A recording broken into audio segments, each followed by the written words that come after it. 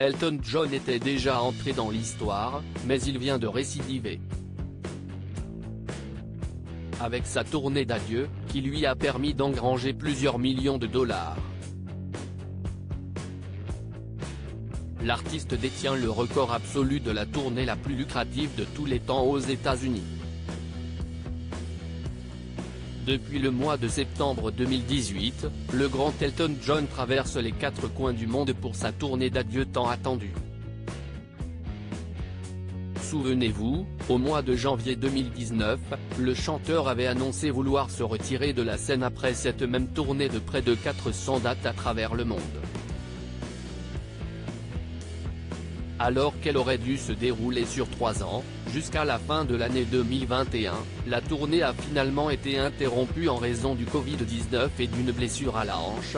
De ce fait, de nombreuses dates ont été reportées.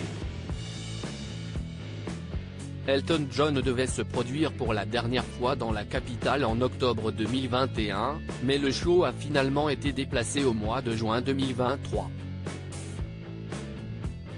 À bientôt 76 ans, le Britannique poursuit sa tournée, jusqu'au bout, pour remercier ses fans du monde entier.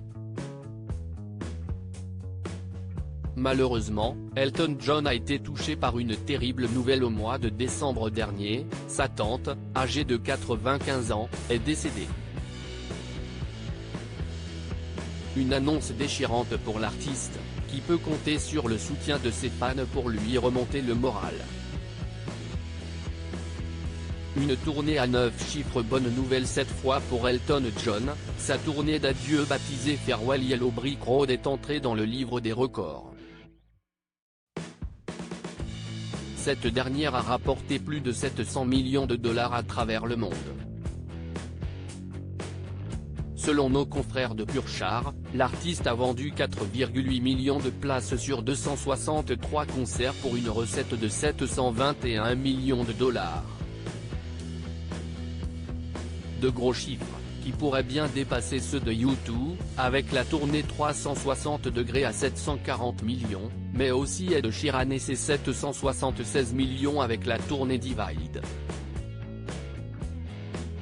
Elton John vient de détrôner Taylor Swift, la star de la country, en créant la tournée la plus lucrative du showbiz américain.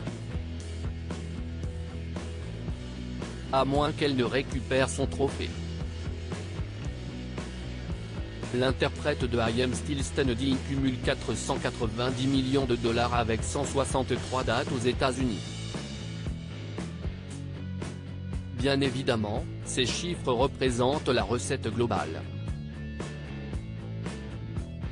Après ça, il y aura des frais à retirer, notamment les impôts. Une chose est sûre, le 8 juillet prochain, à Stockholm, pour son tout dernier concert, l'émotion sera au rendez-vous.